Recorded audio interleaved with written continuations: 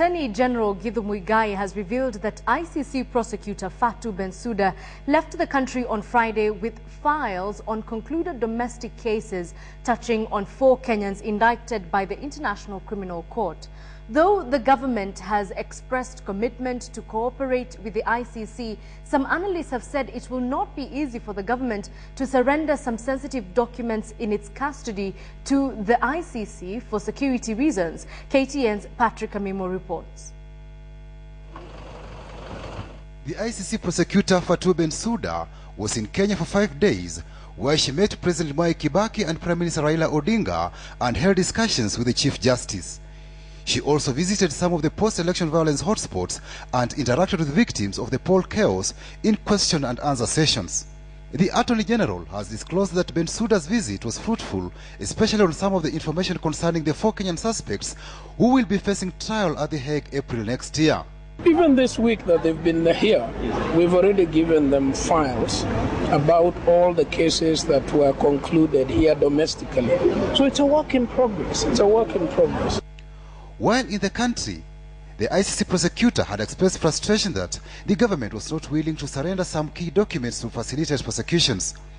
This, some analysts argue, could give room for the defense to poke holes into Bensouda's case. What we can do is to go to the chamber and submit to the chamber if at all they are not cooperating, that Kenya is not cooperating, and then the chamber will decide.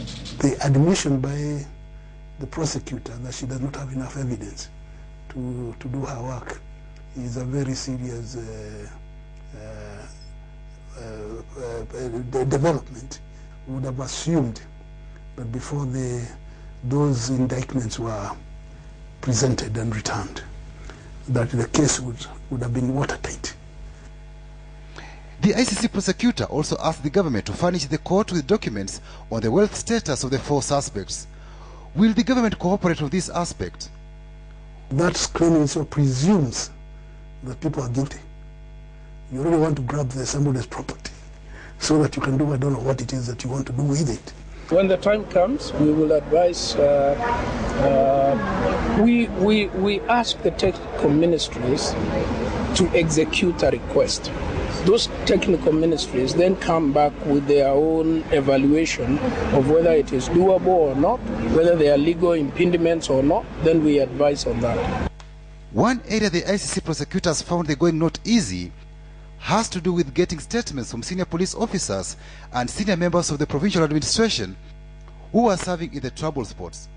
When the former Chief Justice Ivan Gisheru seconded Justice Kalpana Rawal to record statements of the officers, they declined. The prosecutor complained some unnamed government agencies were blocking release of crucial information about the suspects. Some officers may not want to jeopardize themselves, incriminate themselves. There is a principle of justice that you shall not force somebody to incriminate himself or herself. Again, it will not be easy for the government to surrender minutes of some sensitive files in its possession to the prosecution. And then that's up to the executive to decide whether it's appropriate or not, bearing in mind national security, national interest. The government assured me that it will take appropriate steps to provide me with the information without delays. Patrick Amimo, KTN, Saturday Night.